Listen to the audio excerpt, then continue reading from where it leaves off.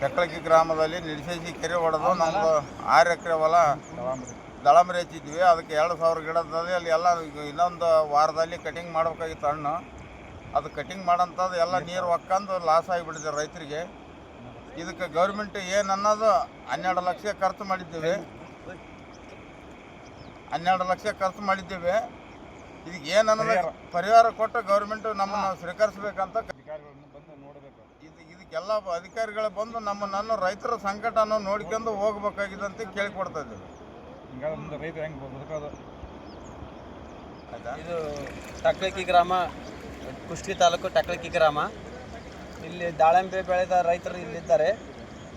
ಇವರು ಸುಮಾರು ಒಂದು 6 ಎಕರೆ ಜಮೀನಿನಲ್ಲಿ 2,000 ಆಗಿ ದಾಳಿಂಬೆ ಬೆಳೆಯನ್ನು ನಾಟಿ ಮಾಡಿದ್ದಾರೆ. ಇನ್ನೇನು ಎಷ್ಟು 10 ರಿಂದ 12 ಲಕ್ಷ ಮೇಲ್ಪಟ್ಟು ಖರ್ಚು ಮಾಡಿದ್ದಾರೆ. ಇನ್ನೇನು ಒಂದು ವಾರದೊಳಗೆ ಫಸಲು ಬರಬೇಕಾದ್ರೆ ಮಳೆ ಬಂದ ಕಾರಣ ನಡಸೇಸಿ ಕೆರೆಯಿಂದ ನೀರು ಹೆಚ್ಚಾದ ಕಾರಣ ದಾಳಿಂಬೆ ಗಿಡಗಳು ಎಲ್ಲ ಮುಳುಗಿ ಹೋಗಿದ್ದಾವೆ.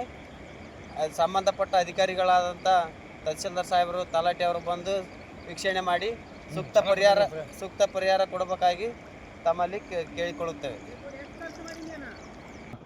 ಕುಷ್ಟಗಿ ತಾಲೂಕು, ಕೊಪ್ಪಳ ಜಿಲ್ಲಾ.